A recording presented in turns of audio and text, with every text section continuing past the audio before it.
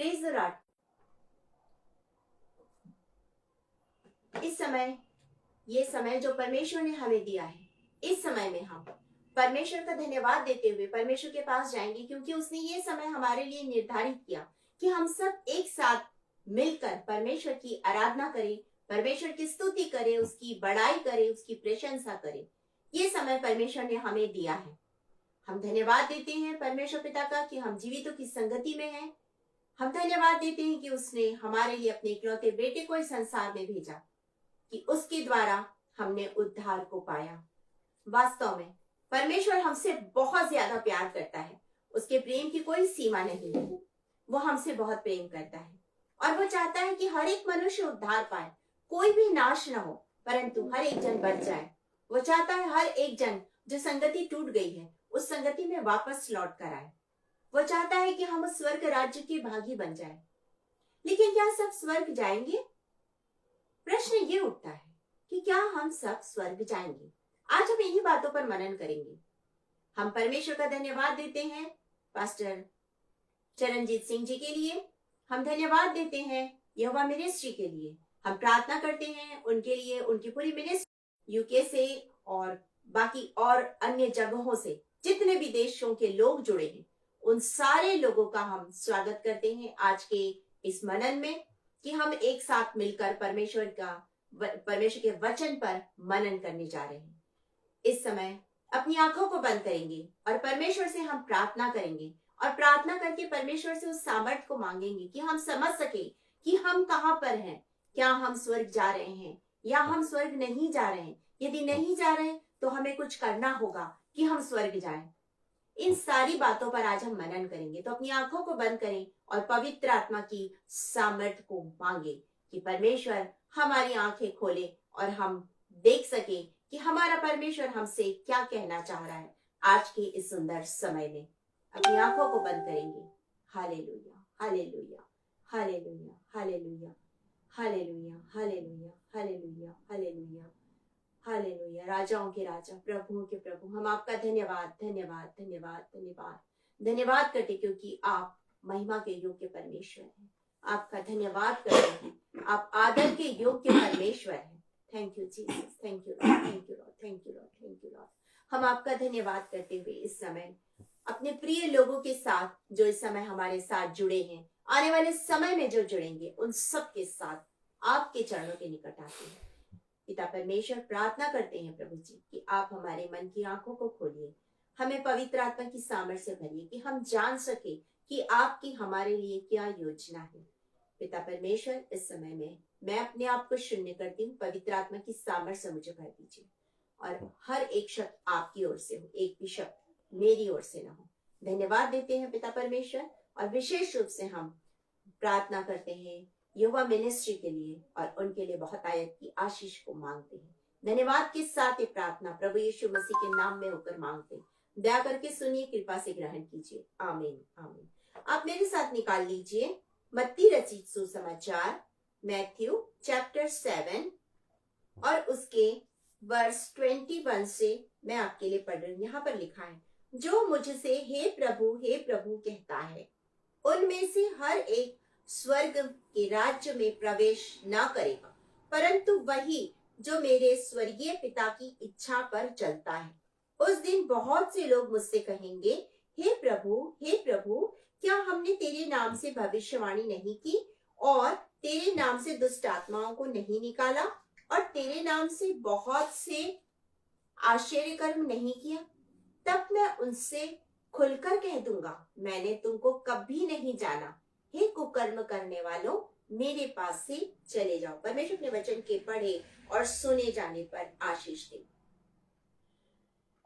यीशु मसीह, हमारे उद्धारकर्ता प्रभु यीशु मसीह यहाँ स्पष्ट रूप से बता रहे हैं कि हर एक जन स्वर्ग नहीं जाएगा। हर एक व्यक्ति स्वर्ग नहीं जाएगा, परंतु कौन स्वर्ग जाएगा? वो वचन यहाँ पे लिखा है, वो जो स्वर्गीय पिता की इच्छा पर चलता है। स्वर्गीय पिता की इच्छा पर चलने वाला व्यक्ति ही स्वर्ग जाएगा।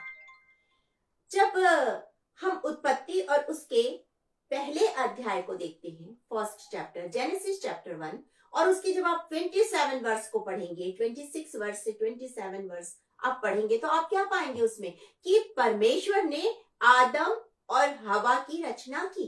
वहां पर लिखा नर और नारी करके उसने मनुष्य की रचना की, अपना स्वरूप दिया, अपनी आत्मा दी, अपनी श्वास दी, लेकिन वहां पर पाप नहीं था, पाप नहीं था।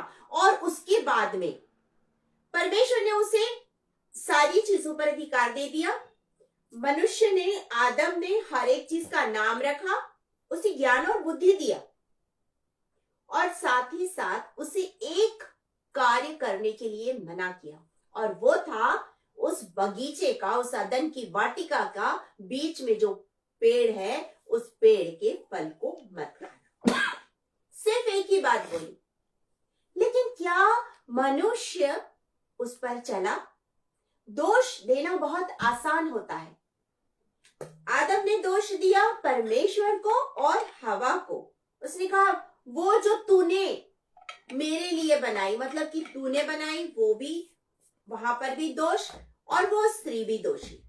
स्त्री ने बोला कि मैं बहक गई थी, शैतान ने मुझे बहका दिया, लेकिन पाप तो आ गया ना, आज्ञा तो टूट गई ना, आज्ञा पर तो नहीं चल रहे ना।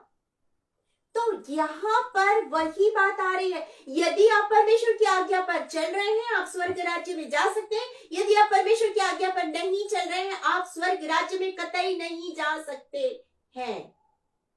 यदि स्वर्ग राज्य में जाना है तो अपने आप को बालक के समान बनाना होगा। ये मैं नहीं कहती, वचन कहता है, परमेश्वर ने ये कहा बालकों के समान बनना है हमें। बालक के जैसा हमारा मन शुद्ध होना चाहिए। बच्चों के अंदर, छोटे बालकों के अंदर में घृणा, नफरत, जलन, ऐसी कोई भी भावना नहीं होती है, ऐसी कोई भी भावना नहीं होती है। लेकिन हमारे अंदर, हम जो बड़े लोग हैं, हमारे अंदर तमाम प्रकार की बुराइयां और तमाम प्रकार की भावनाएं होती है। वो सारी चीजें हमारे अंदर पाई जाती हैं जो गलातियों की पत्री और उसकी 5वां अध्याय, गैलेटियंस चैप्टर 5, और उसके आप जब आप उसके 17 वर्ष से आगे जब आप पढ़ेंगे, आप उसमें पाएंगे आत्मा के कुछ लोग जो होते हैं वो शरीर के कामों के अनुसार कार्य करते हैं, शरीर के अनुसार कार्य करते हैं, शरीर को खुश करते हैं। कुछ होते हैं जो आत्मा के चलाए चलते हैं।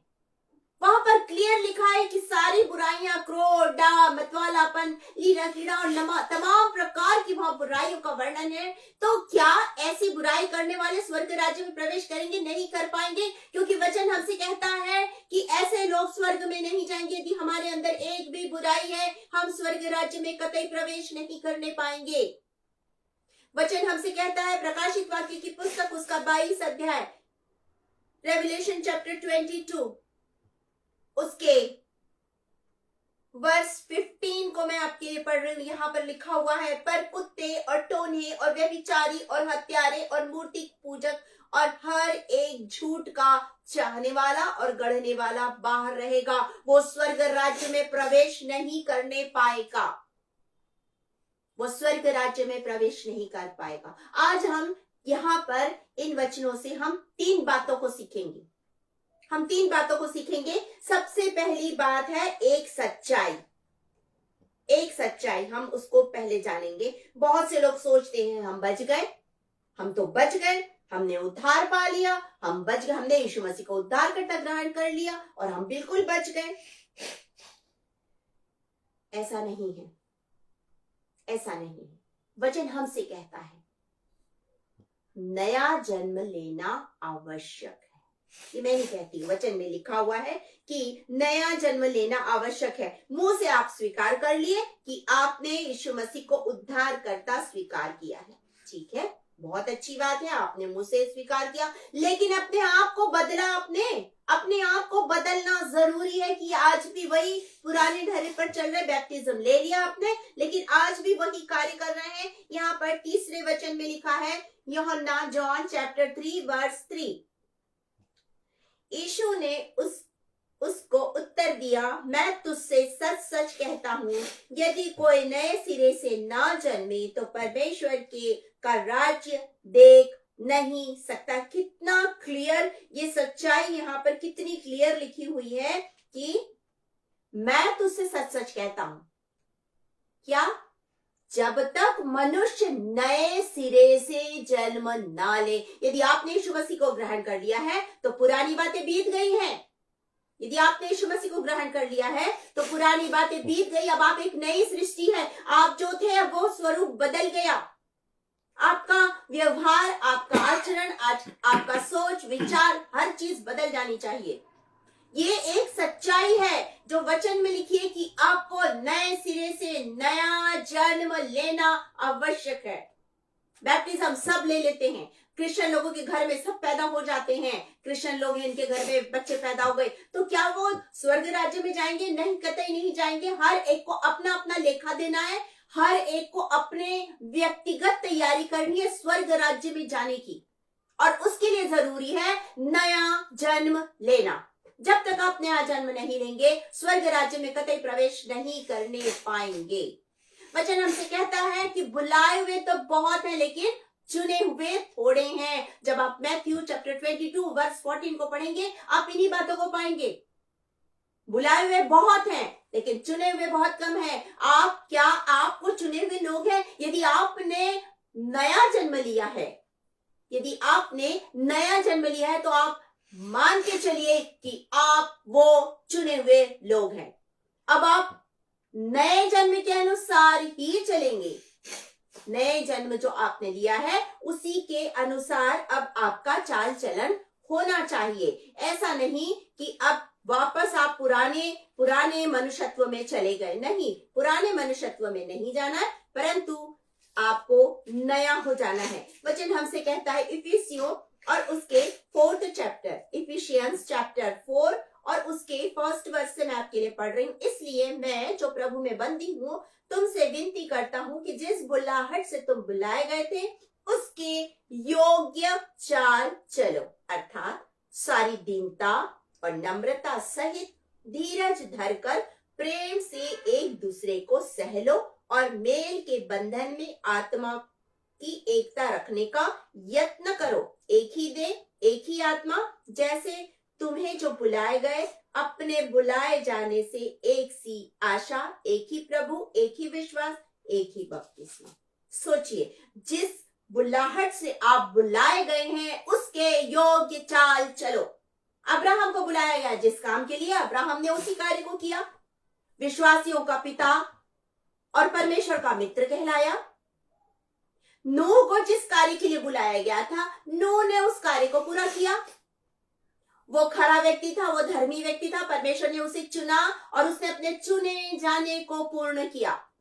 आज परमेश्वर ने आपको चुना है, आज परमेश्वर ने आपको चुना है कि आप भी स्वर्ग राज्य में प्रवेश करें, क्योंकि स्वर्ग में आपके लिए आपका प्रभु एक बहुत खूबसूरत घर बना रहा है, बहुत खूबसूरत घर बना रहा है। उस खूबसूरत घर में जाने के लिए इस सच्चाई को जानना जरूरी है कि आपको नया जन्म लेना आवश्यक है। पुरानी बातों को पीछे छोड़ना है, अपने पापों से मन को फिराना मतलब हमेशा के लिए उन पापों को पीठ के पीछे डालना जो दिखाई ना दे, और नए सिरे से प्रभु यीशु मसीह के पीछे चलना, उसकी आज्ञाओं को मानना, पूरा ध्यान उसकी ओर केंद्रित करना, प्रभु यीशु मसीह की ओर केंद्रित करना, परमेश्वर की एक एक आज्ञा, एक एक शिक्षा को मानना। क्योंकि वचन हमसे कहता है जो बातें मैंने तुम्हें सिखाई हैं, जो शिक्षा मैंने तुम्हें दी है, जो आज्ञा मैंने तुम्हें दी है, वो लोगों को सिखाओ। ये प्रभु यीशु मसीह ने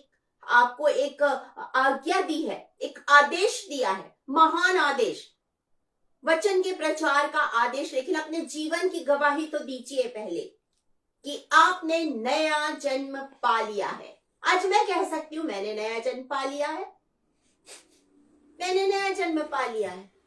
कैसे? मैं प्रभु की इच्छा पर चल रही हूं तो मैंने नया जन्म पा लिया है। मैं प्रभु की योजनाओं को के लिए अपने आप को समर्पित कर दी हूं तो मैंने नया जन्म पा लिया है। मैं पापों से फिर गई हूं तो मैंने नया जन्म पा लिया है। लेकिन क्या ये हमें जांचना है कि क्या मैंने सचमुच में वो नया जन्म पाया है? क्या मैं सचमुच में स्वर्ग जाने के योग्य बन गई हूं?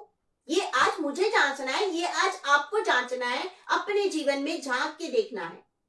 अपने जीवन में आज हमें झांक के देखना है। ये एक सच्चाई है कि हमें नया जन्म लेना आवश्यक है, तभी हम स्वर्ग राज्य में प्रवेश करने पाएंगे। दूसरी चीज हम यहाँ पर देखते हैं, एक शर्त। एक पहले हमने देखा एक सच्चाई, दूसरी चीज हम देखते हैं एक शर्त। शर्त क्या है? प्रभु यीशु मसीह को उद्धारकर्ता ग्रहण करना और उसके पीछे चलना। प्रभु यीशु मसीह को उद्धारकर्ता ग्रहण करना और उसके पीछे चलना। यूहन्ना रचित सुसमाचार और उसके 3 अध्याय और उसके 16 वचन को जब आप देखेंगे, वहां पर लिखा है, क्योंकि परमेश्वर ने जगत से ऐसा प्रेम रखा कि उसने अपना इकलौता पुत्र दे दिया। अब यहाँ से आपका कार्य आरंभ होता है, ताकि जो कोई उस पर विश्वास करे वह नष्ट न हो परंतु अनंत जीवन पाए। वो नष्ट न हो परंतु अनंत जीवन पाए। अनंत जीवन पाए। कैसे अनंत जीवन पाएंगे? जब आप प्रभु पर विश्वास रखेंगे, आप अनंत जीवन को पाएंगे। रोमियो और उसके, आप मेरे साथ निकाल लीजिए, रोमियो और उसके 10वें अध्याय को, रोमन्स चैप्टर 10 और उसके वर्स 9 और 10 को जब आप देखेंगे तो आप उसमें पाएंगे, मैं आपके लिए पढ़ देती हूँ 9 और 10, रोमन्स चैप्टर 10 वर्स 9 एंड 10। यदि तू अपने मुंह से यीशु को प्रभु जानकर अंगीकार करे, फर्स्ट अपने मुंह से यीशु को प्रभु जानकर अंगीकार करना। सेकंड, अपने मन में विश्वास करे कि परमेश्वर ने उसे मरे हुओं से जिलाया। थर्ड चीज है ये। फर्स्ट है अंगीकार करना, सेकंड है विश्वास करना, थर्ड है इस बात की घोषणा करना कि परमेश्वर ने मुझे मरे हुए में से जिलाया। तब हमारे फोर्थ बात पूरी होगी, तो तू निश्चय उद्धार पाएगा, क्योंकि धार्मिकता के लिए मन से विश्वास किया जाता है और उद्धार के लिए मुंह से अंगीकार किया जाता है। तो आपको ये विश्वास होना चाहिए, आपको अंगीकार करना है कि आपने प्रभु यीशु मसीह को अपना उद्धारकर्ता और मुक्तिदाता ग्रहण किया है और अपने जीवन की गवाही देना है, लोगों के बीच में बताना है कि आपको प्रभु कितना प्यार करता है और आपने किस तरह से प्रभु को आपने अपना जीवन दे दिया है। क्योंकि वचन हमसे कहता है कि हमें अपने आप को अपने जीवन में हमें सिद्धता की ओर बढ़ना है, जैसा दूसरा पत्र 2 पीटर चैप्टर 1 और उसके वर्स 10 में लिखा, इस कारण हे भाइयों अपने बुलाए जाने और चुन लिए जाने को सिद्ध करने का भली भांति यत्न करते जाओ, क्योंकि यदि ऐसा करोगे तो कभी भी ठोकर ना खाओगे। यदि ऐसा करोगे तो कभी भी ठोकर ना खाओगे। तो क्या करना है आपको? पहली चीज, आपको सच्चाई को जानना है कि कैसे और कौन स्वर्ग जाने वाला है। दूसरी चीज, इस शर्त को मानना है कि मुझे अपने जीवन से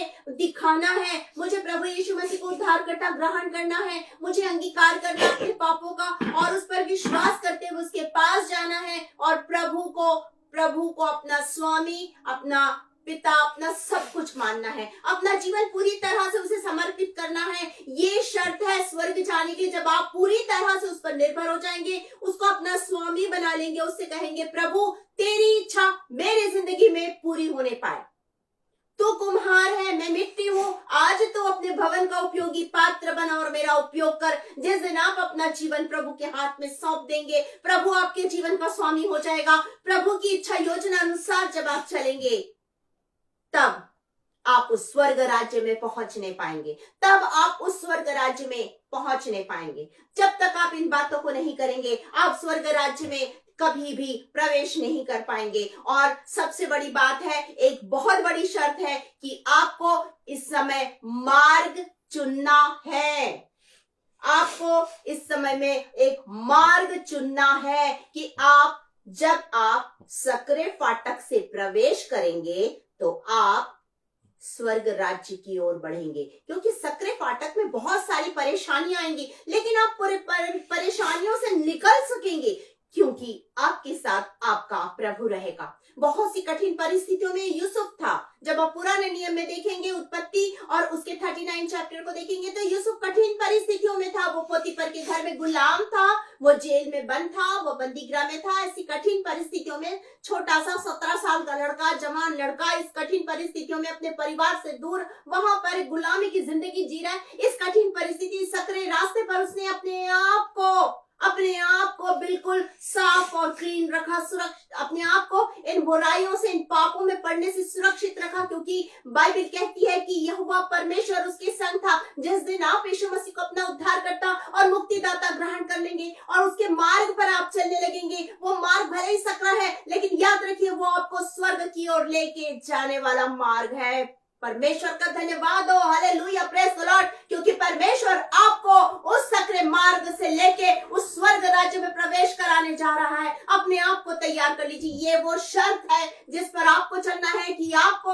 अपने जीवन का स्वामी प्रभु यीशु मसीह को बनाना है और उस मार्ग को चुनना है और उस मार्ग पर चलना है जिसमें अगवा परमेश्वर आपका प्रभु यीशु मसीह आपकी अगुवाई कर रहा है। वो चरवाहा है, आप उसकी भेड़ें हैं और आप उसके पीछे पीछे चल के उस सकरे मार्ग से होकर स्वर्ग राज्य में प्रवेश करने पाएंगे।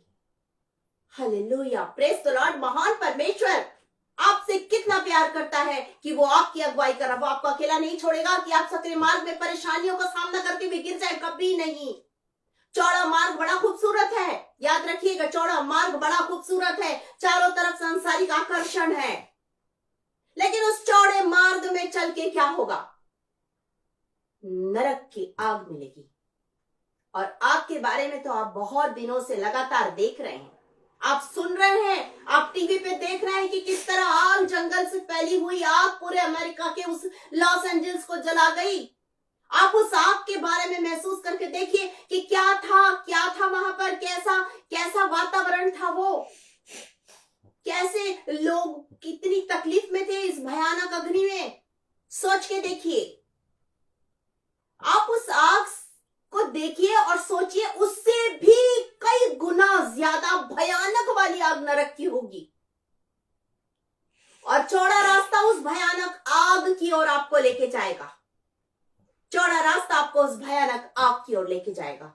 ये आपको निर्णय लेना है कि आपको उस महान सच्चाई के बारे में जानना है, आपको उस शर्त का पालन करते हुए उस सकरे मार्ग से चलना है कि आप स्वर्ग राज्य में प्रवेश कर सके। ये आपके ऊपर डिपेंड करता है कि आप क्या सोच रहे हैं, आप क्या चाहते हैं, आप कहां जाना चाहते हैं, क्योंकि चौड़ा मार्ग नरक की ओर ले जाएगा। आप इस बात को याद रखिएगा। जब आप लाजर और उस धनी मनुष्य के विषय में जब आप सुनते हैं, जानते हैं, तो आप उसमें पाएंगे लूका और उसके 16 अध्याय को, जब आप लूक चैप्टर 16 को जब आप देखें, आप उसमें पाएंगे कि किस तरह से धनी मनुष्य उस नरक की आग में जल रहा था। ना बुझने वाली आग है वो, जो कभी नहीं बुझेगी। वहां पर ना बुझने वाली प्यास है, जो कभी तृप्त नहीं हो पाएंगे आप। ऐसी प्यास है वो। आप उसी में देखिएगा, धनी व्यक्ति कहता है कि लाजर को बोल, एक अपनी उंगली को पानी में डुबा के वो लेके आए और मेरे जीभ पर रख दे। ऐसी ना बुझने वाली वहां पर वो प्यास है। वहां पर इतनी तकलीफ है, इतनी पीड़ा है कि आप उसकी कल्पना भी नहीं कर सकते। वहां इतनी पीड़ा, अकथनीय पीड़ा है, जिसके बारे में आप बोल नहीं सकते। दांत पीसना, आप कुछ नहीं कर पाएंगे। मैं कैसे निकलूं यहां से? मेरे पास कोई अवसर नहीं है, मेरे पास कुछ भी नहीं है, कैसे इससे बाहर निकलूं? सोचना पड़ेगा। इसलिए उस चौड़े रास्ते पर मत जाइए, प्लीज मत जाइए। आप जाइए उस सकरे रास्ते पर। प्रभु यीशु मसीह के पीछे अंत समय नजदीक है, प्रभु आने वाला है, तैयारी का समय है। अपने आप को तैयार कीजिए, क्योंकि हर एक व्यक्ति स्वर्ग नहीं जाएगा। तो आज इस बात को बोलिए कि मैं अपने आप को परमेश्वर पिता तेरे हाथ में सौंपती हूँ प्रभु, मैं तेरे हाथ में सौंपती हूँ। मुझे स्वर्ग जाना है, तेरी मर्जी मेरी जिंदगी में पूरी कर दे तू। विवाह का वो वस्त्र पहन लीजिए, बोलिए प्रभु मुझे विवाह का वो वस्त्र चाहिए। मेमने के विवाह के लिए मैं भी तैयार होकर आना चाहती हूँ, आना चाहता हूँ। रास्ता जरूर सकरा है, लेकिन वो स्वर्ग लेके जाएगा। रास्ता जरूर चौड़ा है, लेकिन वो नरक की आग में जलने के लिए ले जाएगा। जो आग कभी बुझेगी नहीं, जो दुख और पीड़ा कभी खत्म होगा नहीं, जो प्यास कभी बुझेगी नहीं, वहां दांत पीसना और रोना होता रहेगा। और उस आग में लोग जलते रहेंगे। ये आप पर निर्भर करता है कि आपको क्या मंजूर है। ये शर्त है सकरे मार्ग पर चलना। तीसरी और महत्वपूर्ण बात, आपने देखा, एक सच्चाई, एक शर्त, एक अवसर। अवसर दोबारा नहीं मिलेगा, एक बार मिला है, दपक के पकड़ लीजिए उस अवसर। बार बार वो अवसर नहीं मिलेगा, क्योंकि यदि आप इस समय खड़े नहीं हुए तो वचन हमें सिखाता है। याद कीजिए मत्ती रचित सुसमाचार के जब आप 21 अध्याय मैथ्यू चैप्टर 21 को आप देखेंगे तो आप उसमें पाएंगे कि क्या हो रहा था। यीशु मसीह के पीछे चिल्लाते हुए, होसन्ना के नारे लगाते हुए लोग जा रहे थे और सदुकी फरीसी को बिल्कुल पसंद नहीं आया ये चीज। और क्या हुआ वहां? वो कहते इन्हें बोलो चुप रहने के लिए। क्या कहा यीशु मसीह ने? वचन हमसे बताता है, यीशु मसीह ने कहा अगर ये चुप हो जाएंगे तो पत्थर चिल्ला उठेंगे। तो यदि आज आपने अपना जीवन प्रभु को नहीं दिया, नए सिरे से जन्म नहीं लिया, कल ये अवसर नहीं मिलेगा। कल ये अवसर नहीं मिलेगा। आपने अभी बीते समय में देखा, पिछले कुछ सालों पहले कोरोना नाम की एक बीमारी आई। अवसर मिला लोगों को? नहीं, अवसर ही नहीं मिला, अचानक से चले गए। कोरोना हुआ, अवसर सोचने समझने का नहीं मिला, लोग चले गए। जिन्हें अवसर मिला उन्होंने प्रभु को, यीशु मसीह को उद्धारकर्ता ग्रहण कर लिया और उनकी आत्माएं बच गई। जिन्होंने नहीं किया उनको अवसर नहीं मिला। आग इतनी ज्यादा फैलती जा रही है, यदि आज मन बदल गया तो लोग प्रभु के पास आ जाएंगे, बच जाएंगे। यदि आज भी लोगों का मन नहीं बदला, अवसर दोबारा नहीं मिलेगा। अवसर एक बार मिलता है, उसे लपक लीजिए, उसे पकड़ लीजिए, दोबारा अवसर नहीं मिलेगा। ऐसा ना हो, ऐसा ना हो कि प्रभु ये कहे मैंने तुमको कभी नहीं जाना, मैंने तुमको कभी नहीं जाना। अगर ऐसा कहेगा प्रभु तो कितने दुख की बात है कि आपको प्रभु नहीं जानता है, आपको प्रभु नहीं जानता। हे प्रभु मैंने इसके लिए प्रार्थना की, मैंने ऐसा किया, मैंने वैसा किया, मैंने फलाने को दान दे दिया, मैंने ये कर दिया, मैंने वो कर दिया। प्रभु बोलेगा मैं तुझे नहीं जानता, मैं तुझे नहीं जानता, क्योंकि तू तो पिता की इच्छा के अनुसार चला ही नहीं। जो आज्ञा पिता ने तुझे दी तूने उसे माना ही नहीं, अपने आप को परमेश्वर के हाथ में सौंपा ही नहीं, नया जन्म तो तूने लिया ही नहीं, कैसे मैं जानूंगा? इसलिए अवसर को बहुमूल्य समझना जरूरी है। अवसर को बहुमूल्य समझिए। आपके लिए एक वचन पढ़ देती हूँ, लूका रचित सुसमाचार और उसका 23 अध्याय, लूक चैप्टर 23। लूक चैप्टर 23 मैं आज आपके लिए पढ़ देती हूँ। वहां पर देखिए एक कितना खूबसूरत वहां पर एक व्यक्ति का वर्णन है कि उसने जैसे ही प्रभु यीशु मसीह को उद्धारकर्ता ग्रहण किया, उसकी जिंदगी में एक महत्वपूर्ण काम हो गया, एक महत्वपूर्ण काम हो गया। लूक चैप्टर 23 वर्स 40 से मैं आपके लिए पढ़ रही हूं। इस पर दूसरे ने, दो डाकुओं के बारे में जिसे हम हमेशा इस गुड फ्राइडे के समय पढ़ते हैं, इस पर दूसरे ने उसे डांट कर कहा क्या तू परमेश्वर से भी नहीं डरता? सबसे पहली चीज, ये परमेश्वर से भय रखता है। आगे बोलता है तू भी वही दंड पा रहा है और हम तो न्यायानुसार दंड पा रहे हैं, क्योंकि हम अपने कामों का ठीक फल पा रहे हैं, पर इसने कोई अनुचित काम नहीं किया। यहाँ पर ये अपने पापों को स्वीकार कर रहा है और यहाँ पर अब आगे कहता है तब उसने कहा हे यीशु, जब तू अपने राज्य में आए तो मेरी सुधि लेना। ये था वो अवसर जो उसे मिला। उसने देखा प्रभु यीशु मसीह साथ में है, उसने देखा प्रभु यीशु मसीह साथ में है, लटकाए गए हैं बिना किसी दोष के, लेकिन फिर भी संसार के लोगों के पापों को उठाया ये आप और मैं जानते हैं। उसने देखा इसने कोई गलती नहीं की, इसका कोई दोष नहीं है, लेकिन मैंने गलती की, मैं पापी हूं, मेरे साथ न्याय हुआ, इसके साथ नहीं, मेरे साथ न्याय हुआ, इसके साथ अन्याय हुआ। आज मैं अपने पापों को मान लेता हूं। और उसने बोला कि हम अपने कामों के अनुसार फल पा रहे हैं। यहां पर उसने अपने पापों को स्वीकार किया, अपना पश्चाताप हृदय पर प्रभु के सामने रख दिया और क्या कहा, जब तू अपने राज्य में आए मेरी सुधि लेना। ये वो अवसर था, इस अवसर को, चंद मिनटों का अवसर था, उसने उस अवसर को बहुमूल्य समझा और उसे ग्रहण किया। और उसने कहा जब तू अपने राज्य में मेरी सुधि लेना। क्या कहा हमारे उद्धारकर्ता प्रभु यीशु मसीह ने? प्रभु ने कहा, उसने उससे कहा, मैं तुझसे सच कहता हूं कि आज ही तू मेरे साथ स्वर्ग लोक में होगा। प्रभु के साथ स्वर्ग लोक में होगा। कितने आनंद की बात है ये, कितने आनंद की बात है कि वो स्वर्ग लोक में चला गया, वो स्वर्ग लोक में चला गया। अवसर को बहुमूल्य समझिए, अवसर को बहुमूल्य समझिए। ये अवसर मिलेगा कि नहीं दोबारा पता नहीं। आज आपके पास अवसर है, आज आप प्रभु के पास आ जाइए। आज प्रभु यीशु मसीह को उद्धारकर्ता और मुक्तिदाता ग्रहण कर लीजिए। आज अपने पापों से तौबा कर लीजिए, पश्चाताप कर लीजिए। उससे कहिए, मैं नया जन्म लेना चाहता हूं, मेरे पापों को मैं मानती हूं, मैं मानता हूं, लेकिन आज के बाद में मैं इन पापों में दोबारा नहीं पड़ना चाहता हूं। तू मुझे बचा ले मेरे प्रभु, तू मुझे बचा ले।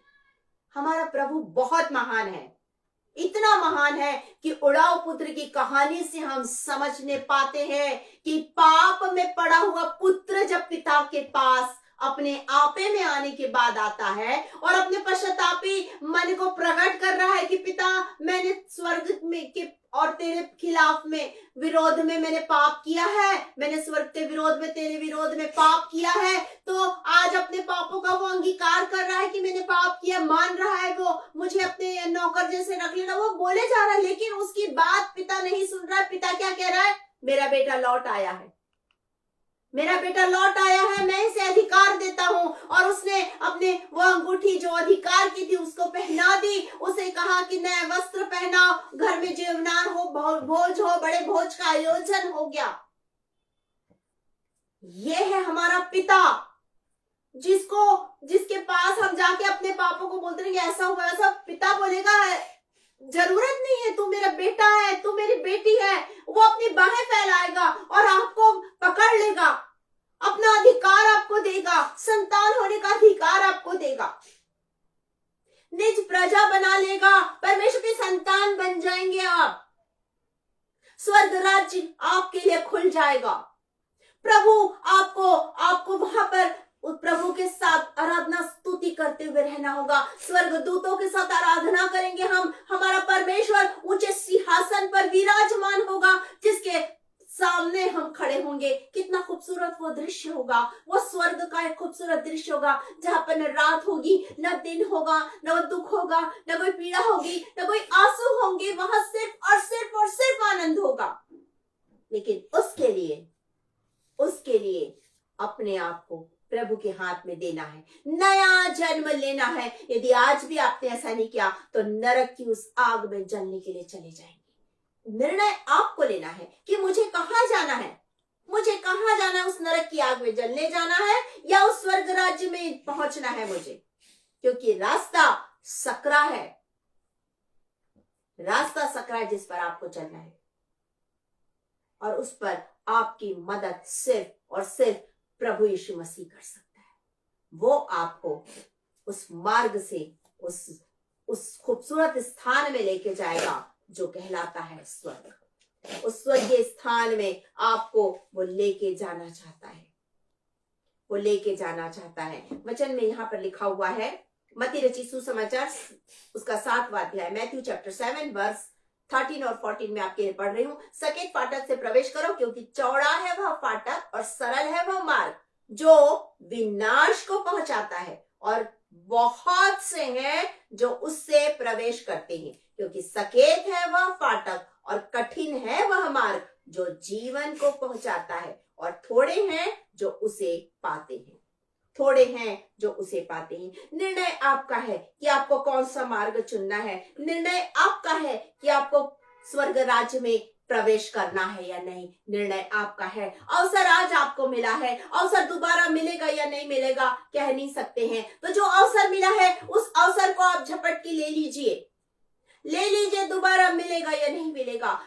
कोई सोच सकता था कि इस तरह से आग आएगी और वो पूरे लॉस एंजल्स जैसे इतने बड़े, इतने रईसों के, धनवानों के और इतनी बड़ी बड़ी हस्तियों के शहर को जला देगी? कभी सोचा था किसी ने? नहीं सोचा, लेकिन ऐसा हुआ। किसी ने नहीं सोचा था कि कल ऐसा होने वाला है। इसलिए आज ही अवसर है, उस अवसर को इसी समय आप उसको बहुमूल्य समझिए और अपना जीवन प्रभु के हाथ में सौंप दीजिए। अपना जीवन प्रभु को दे दीजिए। वो आपका इंतजार कर रहा है, वो आपसे बहुत प्यार करता है। वो आज भी अपने बाहें फैलाकर आपका इंतजार कर रहा है, क्योंकि वचन कहता है सब स्वर्ग नहीं जाएंगे। तो क्या आप उसमें शामिल होना चाहते हैं जो स्वर्ग नहीं जा रहे हैं, या आप उसमें शामिल होना चाहते हैं जो स्वर्ग में जा रहे हैं? यदि आप उसमें शामिल होना चाहते हैं तो अपने आप को प्रभु के हाथ में सौंप दीजिए।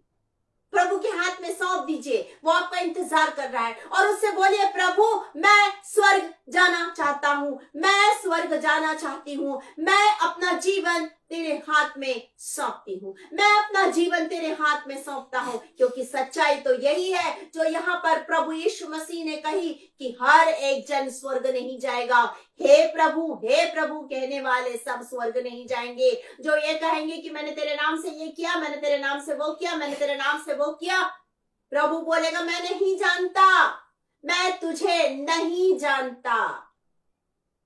तो ऐसा बनिए कि प्रभु आपको जाने और प्रभु बोले, पिता ये देख, ये तेरी बेटी है, ये तेरा बेटा है जिसने अपना जीवन समर्पित किया है। ये है जो छोटे सकरे फाटक से चलकर आया है। ये है सकरे फाटक से चल के आई है। कठिन परिस्थितियों का सामना किया इसने। कठिन परिस्थितियों में जब मैं इसके साथ था और इसने उन कठिन परिस्थितियों का सामना किया और आज ये यहाँ तक पहुंची है, आज ये यहाँ तक पहुंचा है। इसने अपना जीवन दिया है। यीशु मसीह मुझे उद्धारकर्ता ग्रहण किया है। ये तेरे चरणों के निकट आने पाई है, ये तेरे चरणों के निकट आने पाई है। परमेश्वर इंतजार कर रहा है, परमेश्वर इंतजार कर रहा है, आपका इंतजार कर रहा है बड़ी बेसब्री से कि मेरे बच्चों स्वर्ग में आ जाओ। क्योंकि परमेश्वर नहीं चाहता कि कोई भी नाश हो, वो चाहता है कि हर एक आत्मा बचे। कैसे बचेगी? जब तक यीशु मसीह को उद्धारकर्ता ग्रहण नहीं करेगी, जब तक नया जन्म नहीं लेगी, जब तक परमेश्वर की इच्छा अनुसार नहीं चलेगी, कोई भी आत्मा नहीं बचेगी। यदि आत्मा को बचना है तो परमेश्वर की मर्जी और इच्छा को अपने जीवन में पूरी होने देना, अपने जीवन में पूरी होने देना, अपना जीवन प्रभु के हाथ में सौंपना है। अब्राहम नहीं जानता था परमेश्वर को, लेकिन जब परमेश्वर ने उससे कहा अपना घर परिवार संपत्ति सब छोड़ के चल, तो वो निकल गया। उसने ये नहीं कहा कि कहाँ जाऊंगा, तू कौन है, मैं क्या करूंगा। लेकिन आज हमारे लोग, हम क्या की चिंता करते, क्या खाएंगे, क्या पिएंगे, कहाँ सोएंगे, कहाँ रहेंगे, ये करेंगे, वो करेंगे, इसको बटोर लो, उसको बटोर लो, सारी चिंता, दुनिया भर की चिंता करते हैं। परमेश्वर और स्वर्ग राज्य और प्रभु यीशु मसीह और आत्मा बचे, इन सब की कोई चिंता नहीं है। बस सब चीज लग्जरियस होनी चाहिए हमारे आसपास में। हमें उन्हीं चीजों की चिंता है, ये होना है, वो होना है, वो होना, वो होना। अरे स्वर्ग होना है, सबसे पहले स्वर्ग होना है। ये चीजें तो आपके पीछे यूं ही आ जाएगी। आप यहाँ पर यात्रियों के समान हैं, ये आपका घर नहीं है। जब आप प्रभु यीशु मसीह को उद्धारकर्ता ग्रहण कर लेते, आपका घर वहां बनना शुरू हो जाता है। वो घर जो यीशु मसीह बना रहा है, ये तो ढह जाएगा। अभी आग में कई घर नष्ट हो गए, कुछ नहीं, वहां राख पड़ी है। देखिएगा उस जगह को, खोल के देखिए टीवी में कितना ज्यादा न्यूज आ रहा है उसका। राख हो गई है वो जगह, ये कुछ नहीं है। वो हमेशा हमेशा अनंत काल तक रहने वाला घर है जो प्रभु यीशु मसीह आपके लिए और मेरे लिए तैयार कर रहा है। हमें वहां जाना, ये नहीं सोचना कि हम क्या खाएंगे, क्या पिएंगे, क्या करेंगे, क्या नहीं करेंगे। ये परमेश्वर कर लेगा चिंता, ये परमेश्वर इसकी चिंता कर लेगा। उसके लिए आपको चिंता करने की जरूरत नहीं है। वचन कहता है कि वो जंगली शोषणों को देखो, इतना खूबसूरत जंगली शोषणों को देखो, इतना खूबसूरत वस्त्र पहना है। सुलेमान ने भी ऐसा वस्त्र नहीं पहना था।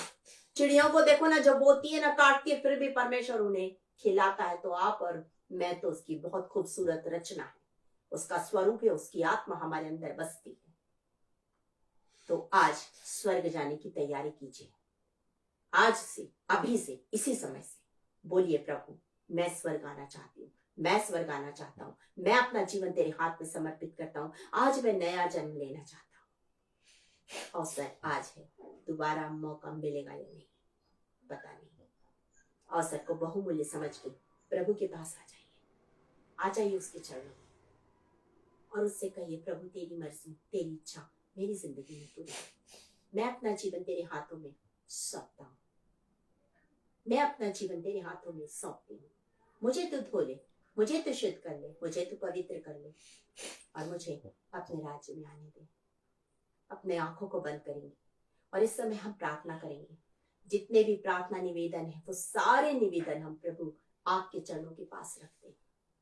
आने वाले समय में भी बहुत से लोग चाहेंगे कि हम उनके लिए प्रार्थना करें। उन सारे लोगों को आपके चरणों के पास लेकर आते, जो बीमार है इसी समय प्रभु यीशु नासरी के नाम से चंगाई को पाले। हम ऐसी प्रार्थना करते हैं प्रभु जी। पिता परमेश्वर हमारे दिल में आ जाइए, हमारे जीवन में आ जाइए, हमारे घर में आ जाइए प्रभु जी। Thank you Jesus, thank you Lord, thank you Lord, thank you Jesus, thank you Lord. धन्यवाद धन्यवाद धन्यवाद धन्यवाद धन्यवाद धन्यवाद धन्यवाद करते प्रभु, धन्यवाद करते राजा। पवित्र मुझे बना दे प्रभु, शुद्ध मुझे तू कर दे प्रभु, ताकि तेरे जैसा दिखूं, ताकि तेरे जैसा दिखूं। Thank you Lord, thank you Jesus. आज हम यही प्रार्थना करते हैं प्रभु, हमें पवित्र कर लीजिए, हमें शुद्ध कर लीजिए प्रभु, कि हमारे अंदर से यीशु मसीह आप दिखाई दे, ऐसा आप हमें बना दीजिए। महान परमेश्वर पिता, इस समय हम प्रार्थना कर रहे हैं उन सारे लोगों के लिए जितने प्रार्थना निवेदन है आने वाले समय में आएंगे, उन सबों को आपके पास लेकर आते हैं प्रभु, जो किसी परेशानी में है, दुख में है, तकलीफ में, पीड़ा में, सारी परेशानी, सारी पीड़ा, सारा दुख, सारी तकलीफ, सब कुछ प्रभु यीशु मसीह के नाम से लोगों की जिंदगी से दूर हो जाए। हम प्रार्थना करते हैं राजाओं के राजा, प्रभुओं के प्रभु, जितने बीमार है इसी समय, जो किसी भी प्रकार की बीमारी में पिता, इसी समय अपने सामर्थी हाथों से उन्हें छू लीजिए, क्योंकि यीशु मसीह ने कोड़े खाए, हमने चंगाई को पाया। आज उसी कोड़े की मार के द्वारा यीशु नासरी के नाम से हम एक एक जन के लिए चंगाई की घोषणा करते हैं। महान परमेश्वर पिता, हर एक जन चंगाई को पाले, जो कर्ज के बोझ के नीचे दबे हैं, किसी प्रकार का शापित जीवन जी रहे, वो सारे शाप के बंधन, कर्ज के बंधन यीशु के नाम से टूटने पाए। हम प्रार्थना करते हैं अंधकार की शक्तियां लोगों की जिंदगी को छोड़कर जाती रहे और महान परमेश्वर पिता की उपस्थिति से लोग भर जाए। इस समय एक एक जन के लिए हम प्रार्थना करते हैं, विशेष रूप से प्रार्थना करते हैं राजाओं के राजा यहोवा मिनिस्ट्री के लिए। हम प्रार्थना करते हैं पास्टर साहब के लिए, उनकी पूरी फैमिली के लिए, उनकी पूरी टीम के लिए, जितने देशों के जितने लोग जुड़े हैं, आने वाले समय में जुड़ेंगे, उन सब के लिए आशीष और कल्याण की घोषणा करते हैं। थैंक यू जीसस, हम आपका धन्यवाद धन्यवाद धन्यवाद करते हैं। आप हमारी प्रार्थना सुन रहे हैं। जब मैंने अपने आप को शून्य किया, आपने मुझे आप पवित्र आत्मा की सामर्थ से भरा। एक एक शब्द आपकी ओर से था, एक भी शब्द मेरी ओर से नहीं था। Thank you Jesus, thank you Lord. एक बार फिर से सबके लिए आशीष मांगते हुए ये प्रार्थना प्रभु यीशु मसीह के नाम में होकर मांगते हैं, सुनिए और ग्रहण कीजिए। आमीन। आशीष ग्रहण करेंगे, अपनी आंखों को इसी तरह बंद रखें। परमेश्वर तुम्हें आशीष दे और तुम्हारी रक्षा करे। परमेश्वर अपने मुख का प्रकाश तुम पर प्रकट करे और तुम्हें शांति दे। अब हमारे उद्धारकर्ता प्रभु यीशु मसीह का अनुग्रह, परमेश्वर पिता का प्रेम और पवित्र आत्मा की संगति और सहभागिता यीशु मसीह के दोबारा आगमन तक हर एक पर बनी रहे। आमीन आमीन। एक बार फिर से आप सबों को God bless you, praise the Lord.